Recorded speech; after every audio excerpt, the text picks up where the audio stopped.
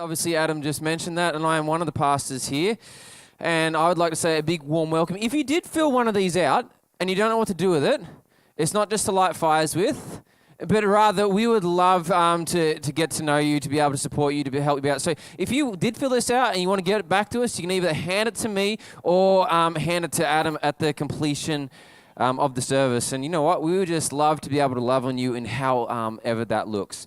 So I've got an exciting word that I feel that God's put on my heart, that it's been a tumultuous journey to actually try and get here to Sunday, so I changed it 3 times during the week. I thought I had it finalized 3 weeks ago, and then it's just kept changing as it's gone, and completely, not just changing parts of it, completely changing. So I'm looking forward to sharing this. So I'm going to pray first, and then we'll get somewhat straight into it.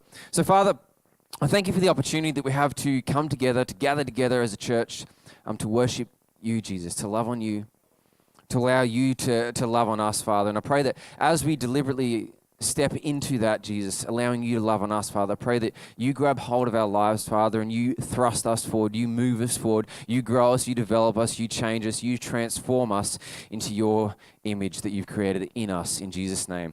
Amen. How many parents are in the room? Who struggles with parenting? Who at times feels that, you can put your hands down now, it's safe. Who at times feels that you're abusive to your kids? Not because you're literally being abusive, but,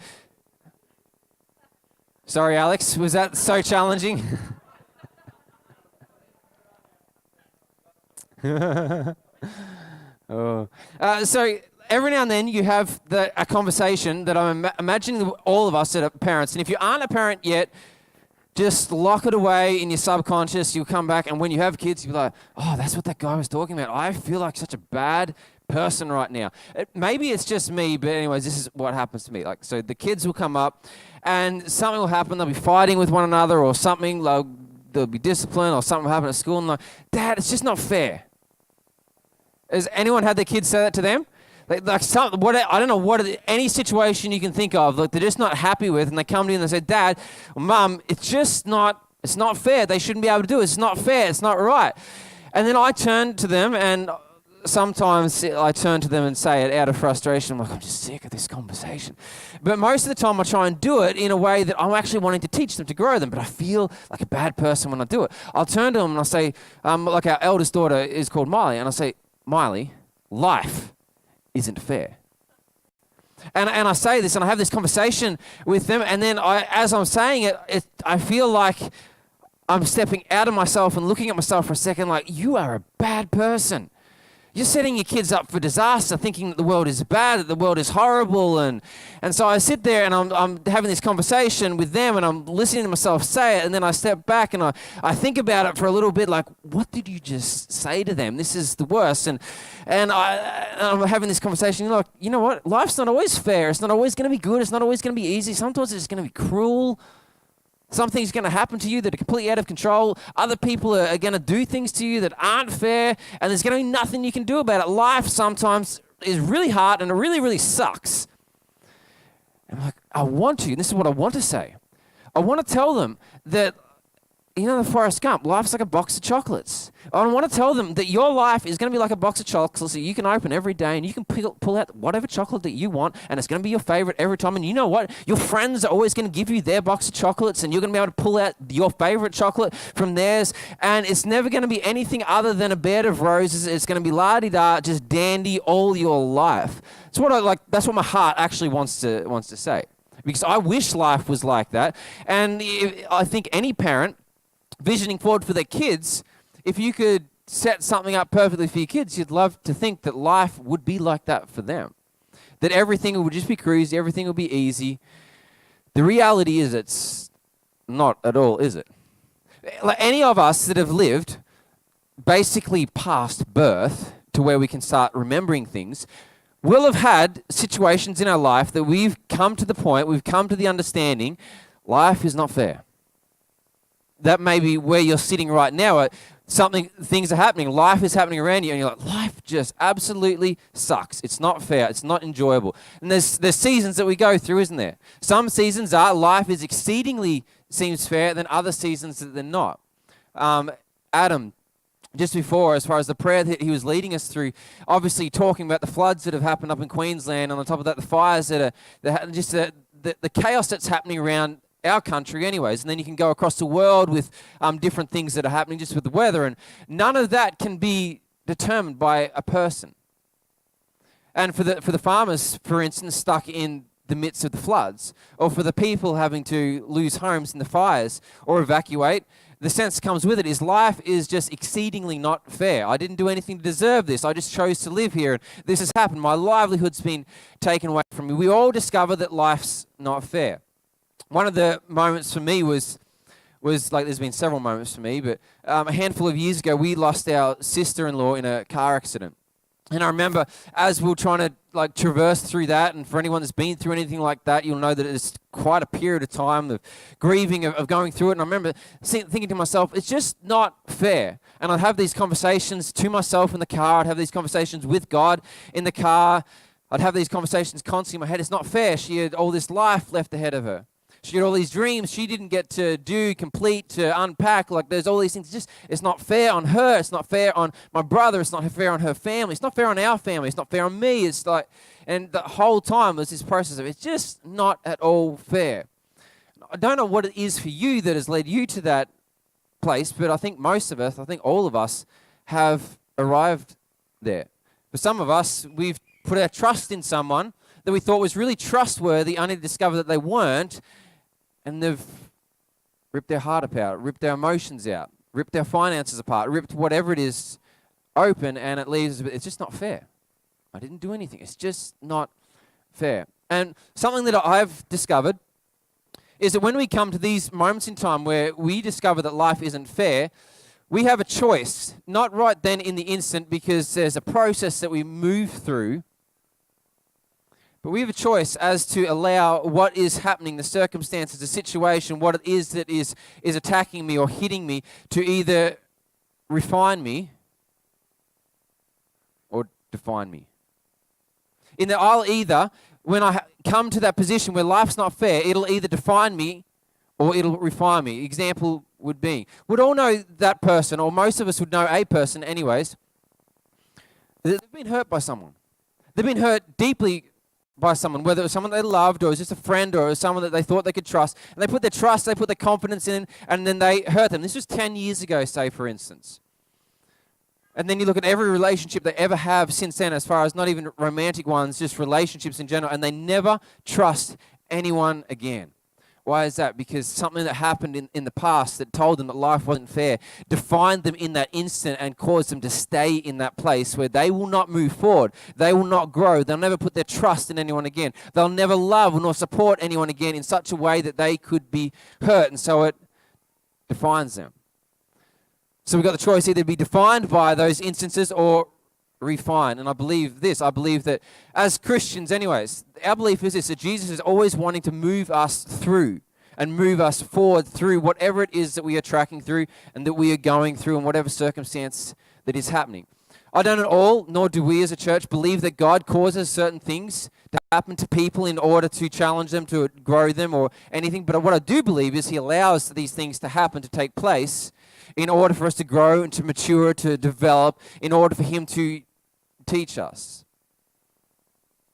One of the hard things that I think I find anyways, and imagine that you could be the same, is that when we're in the midst of that, what on earth do I do to allow Jesus to refine me? What on earth do I do to be able to move forward? What on earth do I do to be able to push through this to come to something that's good on the other side? Because when you're in the midst of that, it's hard to move forward. So something that I've found easy, or I think is helpful, is looking at how other people have done it. Looking at what other ways there are of people that have found themselves in really, really bad situations and still move forward. And this isn't, just so you know, this isn't unique to you. This isn't unique to us. Since the beginning of time, I'm pretty sure that people have been saying, life's not fair, life is against me, I constantly roll a bad dice. It's not just us. So there's this guy called Paul, he wrote the majority of the New Testament. Some people call him Saint Paul, some people call him a whole host of other names. And he wrote a huge amount of the books of the New Testament. He has a lot to say about this, which I think he has a good reason to be able to say a lot on this subject as far as traveling through life, discovering it's not fair, how to move through it, how to move forward, how Jesus wants to help us through it. Because his life was definitely one that wasn't fair. In fact, if you could put the first slide up, Will, he writes about, as part of his journeys in 2 Corinthians, that some of the struggles that he goes through in life. And this is what happens to him. He says this, he said, I've worked much harder, no big deal. I've been jailed more often. You could put that down to he's just been a bad person and he's been thrown in jail. He's been beaten up more times than I can count. I've been at death's door time after time. I've been flogged 5 times with the Jews, 39 lashes, beaten by the Roman rods 3 times. And if you pause there for a moment, the interesting thing here is that Paul is a Roman citizen and he's also an Israelite who's a Jew. And so he's homeless now. Everyone's against him. No one is interested in him. He's getting beaten by his own countrymen that he is, like, as far as his citizenship of, and then he's getting persecuted at the same time by his own people group that he grew up with. He's got nowhere to turn. So he's been lashed, flogged by the Jews, beaten by the Romans, pummeled with rocks once. As far as this is stoning. Everyone grabbed rocks and they take aim at his head and they go crazy at him. And he continues on. This doesn't finish. I've been shipwrecked 3 times. Who's been shipwrecked once? Anyone been shipwrecked? Yeah, Tarkin up there. Who's been shipwrecked in a tinny? Anyone? How many? How many people fish? Adam, you do fishing. How many times have you sunk your boat? No. He's been shipwrecked not once, not twice, but 3 times. Like, that is not normal. This doesn't happen. Like, this is unfair. Life is sucking for him at this point when this stuff happening. But it goes on. I've been shipwrecked 3 times and immersed in the open sea, not just the cove where he just couldn't find where the land was and he just floated. In the open sea, I've been stranded for a night and a day. Life's not fun. Life's not fair. If that was me, I'm freaking out about sharks, like the beachy biters. I cannot stand the ocean because sharks live there. I have a phobia of it. Yeah, they like good meat. That's right. That's why I don't go in it, David, because they'd take me. That was a joke that no one got, but that's okay. He goes on. He says, in hard traveling, year in and year out, I've had to do this. I've had to ford rivers, like cross rivers. I've had to fend off robbers, people trying to steal stuff, take stuff, do stuff to me that I didn't want. And I've had to struggle with friends and I've had to struggle with foes. As far as with adversary, I'm assuming that we've all had to do something similar to that as well. We've struggled with people that we feel are against us and that they deliberately do stuff to want to hurt us and so things. But we don't ever expect to struggle with friends, but the reality is we do. And generally they're the times that we find it's not fair. But his story doesn't finish there. He says, I've been at risk in the city. I've been at risk in the country. I've been endangered by the desert sun and by a sea storm. As far as there's nowhere I can go that I don't have problems. I've been betrayed by those I thought were my brothers. So these aren't people that he was literally related to. These are people that he had connection with, that he loved, that he valued. And so he decided to draw them close to him. And is it working? Oh, thank you. It was a bit scratchy, wasn't it? Yeah. So these are people that he's drawing to him. Like, he's chosen to adopt as his family, and he believes that they've adopted him likewise. And he just finds that he's been betrayed by them. This is something that some of us have dealt with. The people closest to us have betrayed us, have hurt us.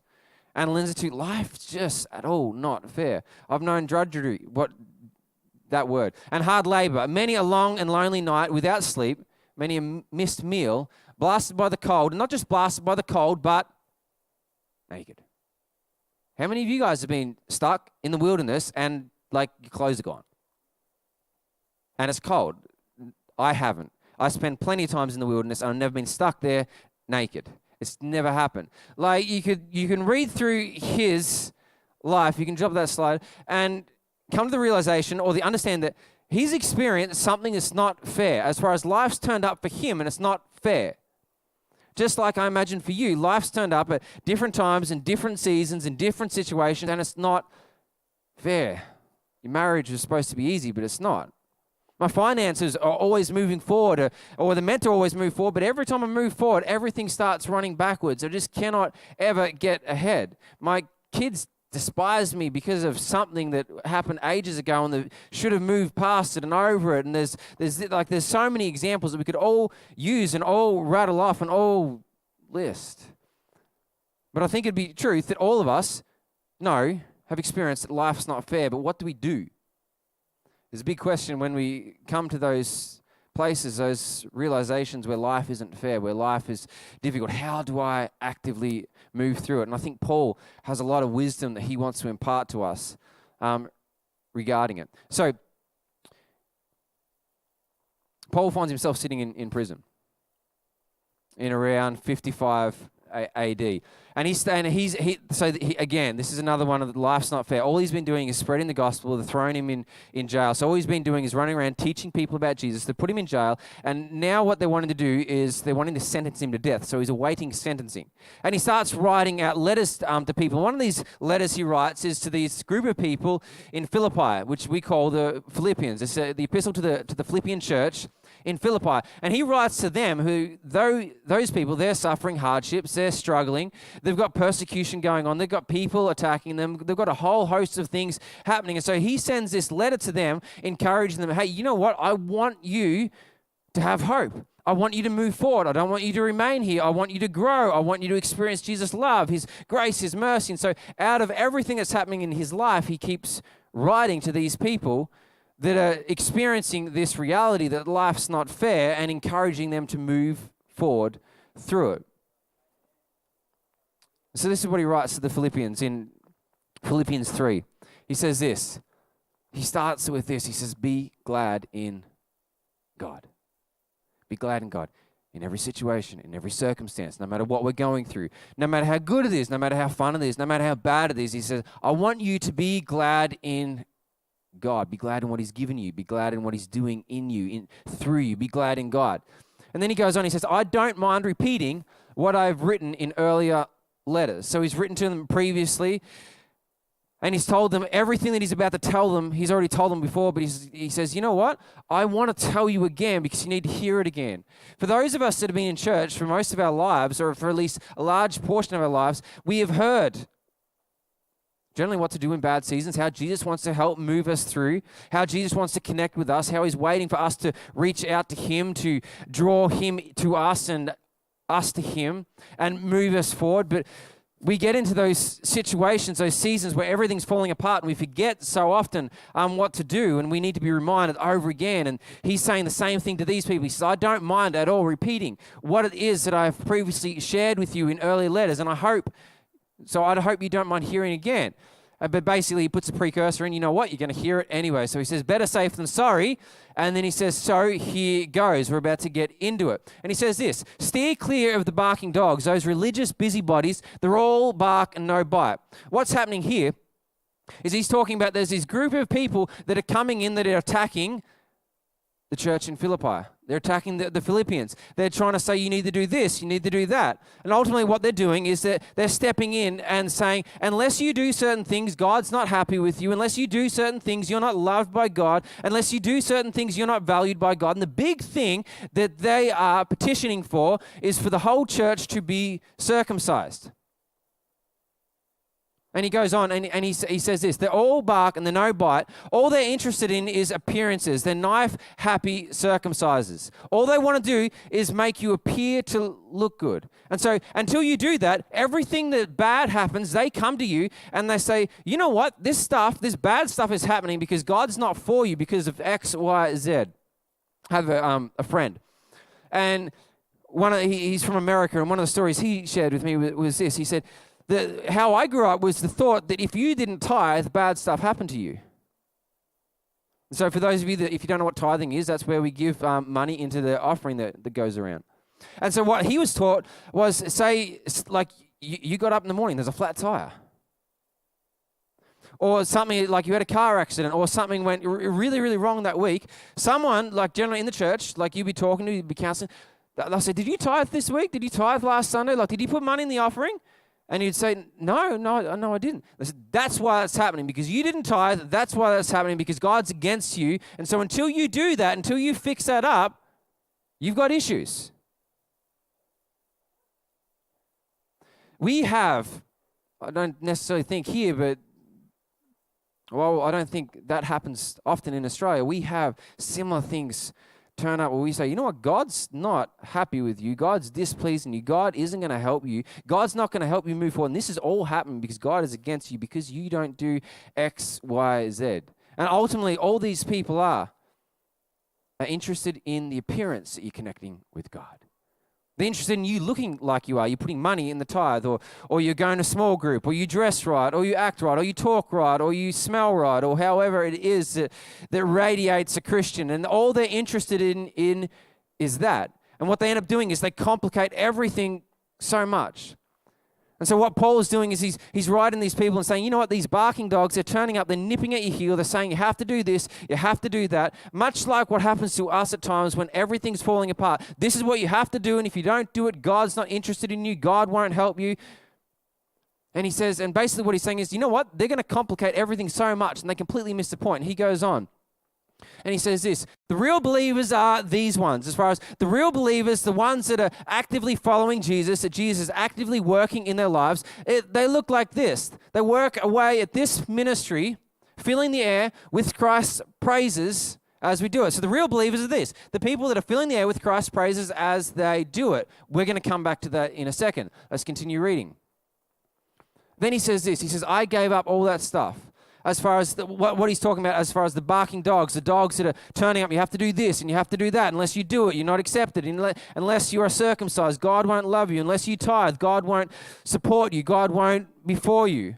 He's saying, I used to be exactly that way. I was all about everything appearing right, everything looking right. I was doing everything that I could. But he says, I gave up on all that inferior stuff so that I could know Christ, so that I could know him personally, experience his resurrection power, as far as have him come and enter my life and transform my life with the resurrection power that he carries. Be a partner in his suffering and go all the way with him to death itself. If there was, he says, any way to get in on the resurrection. And so what he's saying is, I have spent my entire life trying to be transformed, trying to have a life that's transformed. I spent my entire life trying to do everything that I could to be transformed, to be figuratively resurrected. If there's any way to get in on the resurrection from the dead, as far as eternal life, being counted as one of God's, he said, I wanted to do it. And then he goes on with this. He says, I'm not saying that I have this all together. So what he's saying is, I'm not saying that I'm perfect. I'm not saying that I'm right with everything. I'm not saying that I have got everything down, that I'm the best person in the world, that I'm the best Christian in the world. I'm not at all saying that. What I am saying, he said, but I am well on my way. And he says, I am reaching out for Christ, who has so wonderfully reached out for me. I love it when you join the two thoughts together. Previously, before that, he says, the real believers are these. They're the ones that are filling the air with Christ's praises. And then just after that, he tells them that I am going to be doing this. I'm going to be reaching out for Christ as he reaches out for me. And then you put those two together, and so one of the things he's highlighting is, you know what? Regardless of the situation that I travel through, and my encouragement to you is, I want you to reach out for Christ. And if you're a real believer, the end result and what you'll be doing is you'll be filling the air with Christ's praises. So this is what I want you to do in every season, in every situation, in everything that's good, and everything that's bad. This is what I want you to do. I want you to reach out for Christ, and I want you to fill the air with his praises. If you're going through struggle street financially, I want you to reach out for Christ, and I want you to fill the air with his praises. How do we allow ourselves to be refined? How do we allow Jesus to refine us when we're going through life not being fair? I believe the big thing that Paul highlights is this, that we need to be doing this. We need to be people that do this. We reach out for Christ, and we fill the air with his praises. Perhaps one of the hard things is, what on earth does this look like? What does it mean? What does that look like, reaching out for Christ? How does that look? Because there's got to be more to it than just a reaching out and grabbing. And obviously part of it is, you know what, I'm coming to the end of my rope. I don't know what to do. I don't know which way to go. I just need something. So you're trying to grab hold of the solution. But I think there's some really, really practical stuff that looks like. Anyone that's got kids has experienced lying. Anyone that's got friends has experienced lying. Anyone that has dealt with people has experienced lying. So every now and then, I catch my kids lying to me. Sorry, one of them's sitting here in front of me. And this wasn't meant to happen. But every now and then, I'll catch one of them lying. And they will be lying, caught in the act. I saw them with my own eyes doing it. And they say, no, I didn't do it. I didn't do it. I watched you do it. No, I didn't do it. I didn't do it. I watched you do it. I didn't do it. I watched you do it. Any parents experience this? And you're like, I don't know what to do here. And so you end up sitting down and having this conversation and saying, you know what? Then something else happens later on down the track. And you didn't see it. And they say, but I didn't do it. And you don't know what to do anymore. You know the story of the boy that cried wolf? Every now and then that happens with our kids. And so I sit down, I have this conversation, and I say, you know what? I really want to believe you. But I'm struggling because prior to this, in other times, you lied to me. You haven't divulged the truth. You've been misleading me. There's been that. And it's really hard, I've discovered, as a parent, as a father, to be able to help someone move forward without any form of confessing, without any form of confession, of fessing up to the truth. You know what? I did have a role to play. I did do that. It was bad. It wasn't good. In every situation, there is two sides to the story. It takes two people generally to do something bad. One of the things that I think holds us back so much, specifically as believers, is we don't like to confess. And so it's not that if we don't confess, God turns his back on us. Or if we don't confess, he starts like sending plagues of locusts. Or if we don't confess, then like all the money starts draining out of our bank. Or if we don't confess, this happens or that happens. There's absolutely nothing like that at all. But when we don't confess, we don't allow Jesus to step into our heart to be able to do anything for us and through us and with us. And we don't say, you know what? I had a part to play in that. I'm sorry, God. I shouldn't have done that. I'm sorry, God. What we do is we open ourselves up to allow Jesus to come in and minister to us. One of the first ways, I think, of reaching out in whatever situation it is. And sometimes you don't have to do it. But it is when we're reaching out, as far as I find myself in this mess, and you know what? I'm partly to blame. God, I'm sorry. I need help. I need you. I need help. I need whatever it is. And then the second part just rolls on naturally from that is forgiveness, which is basically the same thing. It's not that if we don't forgive people that God's going to punish us or stone us or send lightning bolts or anything of the sort. But again, we stop allowing God to step into our hearts and minister to us because we allow our hearts to remain solid, calloused, like a rock. So Jesus can't step in and he won't step in and can't move anything in our hearts. When those situations are turned up that we realize life's not fair, the situation moves pretty quick physically, doesn't it? Like you never get stuck, or very rarely do you get stuck in that place physically. You get stuck in that place emotionally. Your heart gets stuck in that place. If you're that person, or you, with the example I used before, if you're that person, or you know that person who they were hurt by someone, and so now they never trust anyone. They've moved on physically from that moment, from that encounter in time, but their heart, or your heart, has never moved on. It's our hearts that get stuck. And that's why when we're reaching out to Jesus, it's our hearts that are reaching out. That's why we confess. That's why we forgive. That's why we do that, because it's our hearts that remain stationary. And the other one, the big thing, and you know what? There's 100 different things that it could look like, but I think it's these things, and this one's the big one, is surrender. You know what? I cannot do this on my own. I am at my wit's ends. I am at the point of I cannot do this myself. I cannot move forward through this myself. I need help. I need you. Reaching out to Jesus and filling the air with his praises. We're all good at praising. Every single person on the planet is good at praising. Praising ultimately, or one of the things it looks like, is giving credence to It's declaring who is God, what is God, who is the focus of attention. And we're good as humans in doing that. The question is, what on earth is it that we're praising? And I love how Paul says, you know what I want you to do? I want you to reach out to Christ. I want you to reach out to Jesus. I want you to surrender to Him. I want you to confess when you need to confess. I want you to forgive when you need to forgive. I want you to do whatever it is that you need to do to reach out to Him. And I want you to fill the air with His praises. So often what we do, we might reach out. We might confess, or we might forgive, or we might surrender, we might do whatever it is, but we never get to that point where we start giving thanks. We never get to that point where we start praising. We never get to that point where we allow Him to be the central theme of our mind, our attention. We allow the situation, the hurt, the distrust, the whatever it is to be the thing that captivates our mind and captivates our attention. Something hurt us, someone hurt us, we're stuck there, it's whatever. All we do when we catch up with our friends is we talk about that person, that this is what they did to me. I can't move forward with my finances. All we do is talk about it. When we go to sleep at night, all we can think about is the hurt. All we can think about is the unfairness of the situation. All we dream about is it. When we wake up in the morning, that's what we're still thinking about. That's what's rattling through our minds. That's what we talk about, engage again with communication with. And we end up giving praise to it rather than praise to the solution, and the solution being Jesus. We are so good as people, as humans, not just Christians, just as humans in general, in giving praise. But the thing is, we so often find ourselves, if we're to reflect, giving praise to something other than Jesus. And so often that's the thing that we've discovered that is unfair in life.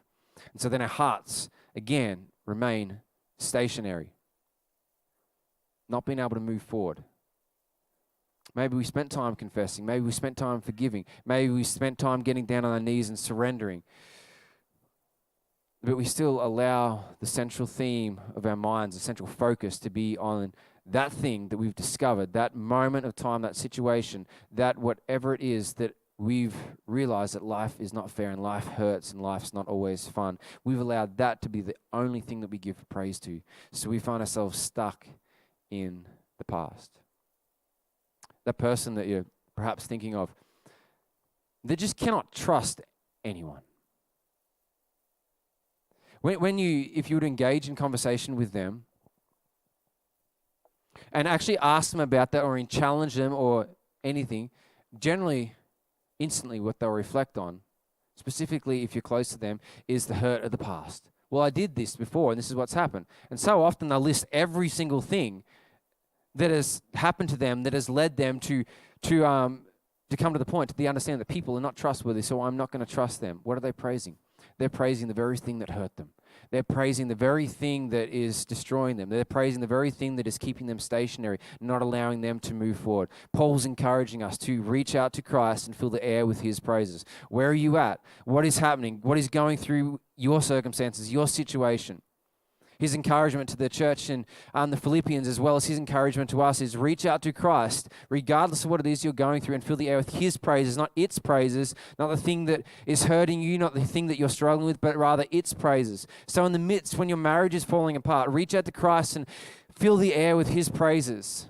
When your job security is falling apart, reach out to Christ and fill the air with His praises. When people are hurting you, destroying you, when you feel like you can't trust them, reach out to Christ and fill the air with His praises. When you feel like life's completely falling apart, what He's encouraging us with is this: reach out to Christ and fill the air with His praises. Reach out to Christ and fill the air with His praises, not the circumstance praises. Now, I wonder if, look, I don't know where you're at, but I wonder what would look like in the circumstances that you find yourself in. And perhaps at the moment, you're in easy street. Everything's good. Nothing's going wrong. You haven't got that revelation at the moment that life's unfair, though you probably know it because you're alive and you experienced it maybe 12 months ago. My encouragement would be just, if that's you, just lock this away in the memory bank. Be deliberate. Reach out to Christ and fill the air with His praises. But perhaps some of you here or watching online, it's the opposite. No, you were in the midst of life is difficult. Life is hard. Life is not fair. This is what's happening to me. This is what I'm traveling through. And if that's you, you know it because you feel it. The hardest thing to do in those times, I think, is to reach out to Christ and fill the air with his praises. But I think the only thing that keeps us moving forward, the only thing that keeps us advancing forward, the only thing that grows us, the only thing that brings us joy and will bring us peace in that is if we are deliberate to reach out to the solution, being Jesus, and fill the air with his praises. The thing I'd ask you to reflect on, if that's you, if that's what you're traveling through, life's not fair. Perhaps it's been a season that you've been in. Sometimes this turns up and it turns up for a moment of time. And other times it's just a season that we're walking through. Life is not fair. Life hurts. I wonder what it would look like waking up tomorrow and we've been deliberate in reaching out to Christ and filling the air with his praise. What would have changed in our hearts? I'm not at all going to suggest that it's going to be 100% better. But what would have changed by the morning if the thing that we start giving praise to is Jesus rather than our circumstance? What will have changed in the morning? And if you fast forward maybe to 2 weeks, 3 weeks, 4 weeks, 6 weeks, maybe longer, what would it look like if you'd spent time deliberately reaching out to Jesus as opposed to reaching out to the problem, reaching out to everything that's hurting, reaching out to everything that's attacking, reaching out to everything that's doing that? What would it look like if you spent time doing that and spending time filling the air, filling the atmosphere, filling your house, filling your car, filling your thoughts with his praises rather than its praises? I'm not going to tell you that the circumstance that you found yourself in is going to go away, but what it's going to do is I believe it's going to do something in your heart that's going to transform your heart, that's going to heal your heart, that's going to allow your heart to move forward. What would it look like in 2 weeks, 3 weeks, 6 weeks time if we were deliberate, if you were deliberate in that place where you're at to reach out to Jesus and to fill the air with his praises? What could your heart look like? And then as you move forward, for some of you, the thing that you're struggling with, you're not the only person struggling with it. The people close to you are struggling with it as well. Perhaps it's something that the whole family's going through, or all your friends are going through. What would it look like if you did that and the end result looked like them doing that as well? What could change in their hearts? What generational thing could we set up for our kids if we demonstrated, you know what, guys, when I'm going through the midst of turmoil, this is what I do. I reach out for Jesus and I fill the air with his praises, and they see the practical application of that. How will that set them up for when they discover life's not fair to move through it? How about you stand up?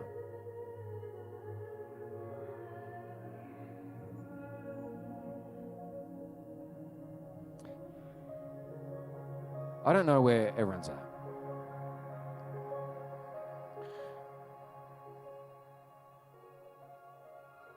But I know that you know where you're at. I know that you know if this is something that you're struggling with. Like, we're all uniquely aware of what we're going through. We know that when we're in a situation where everything is falling apart and that we're at the end of our tether, we're at the end of our rope, we just don't know where to go, we don't know how to move forward. My belief is this, that Jesus wants to thrust you forward. He wants to help you forward. He wants to grab you and he wants to lead you forward. But it starts with this. It starts with you reaching out to him and filling the air with his praises. And out of that, he continues to lead you and guide you and direct you. So if that's you this morning, maybe you're here this morning or you're watching online, I'm just going to ask everyone to just close their eyes and bow their head. I'm not going to ask you to come at the front. I just want you to whisper this. You can yell it, you can whisper it, you can say it under your breath, you can say it in your mind. Just say, Jesus, I need you. If that's you, if that's what you're struggling with, I just want you to whisper that. Just say that to yourself. Jesus, I need you. Jesus, I need you.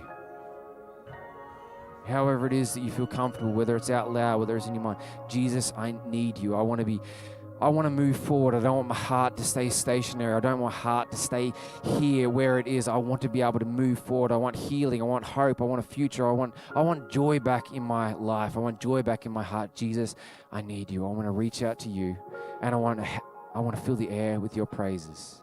If that's you, I just want you to whisper that under your breath. If that's something that you're traveling through, And that's, if you've just said that, Jesus, I need you. Do you want to just put your hand up? I want to pray for you. While everyone's hands are closed, I just want to pray for you. Yeah, thank you. All right, you can put your hands down. All right, Father, none of us are immune to going through just absolute struggle street. None of us are immune to discovering that life's not fair. None of us are immune to any of that at all, Father. In fact, all of us go through it, Jesus. But I thank you that you want to travel through that with us, and you want to draw our hearts out of that into a place that's got hope, into a place that's got joy, into a place that's got purpose, into a place that's got promise, into a place that's got life. And so, Father, I pray for every single person that's put their hand up, every single person this morning, whether they're here or they're watching online, and they've responded to that, Jesus, that call of, I want to reach out to you and I want to fill the air with your praises, but I need help doing that. Holy Spirit, I pray that you come in and you enter into their hearts, Father, whether it's for the first time or the 100th time, and you engulf them with love. You engulf them with your goodness, with your kindness, with your mercy, Jesus. You engulf their thoughts with your presence, with your purpose for them, with the future that you have for them, Father. You impart to them your love for them, Jesus. And so I pray for every single person that put their hand up, Jesus, that you can empower them, that you can help them to do just that. Regardless of what it is that they're going through, Father, that they can reach out to you, or however that looks, whether it's surrender, whether it's confessing, whether it's forgiving, whether it's all three of them, and then be deliberate in filling the air with your praises, not the circumstances' praises, but rather your praises, Father. And as they do that, Jesus, I pray that your Spirit moves them and draws them closer to you, out of bondage and into hope and into a future. In Jesus' name. You guys if anyone wants to have a chat about any of that, I'd love to have the opportunity to chat with you and pray for you. Otherwise, head out,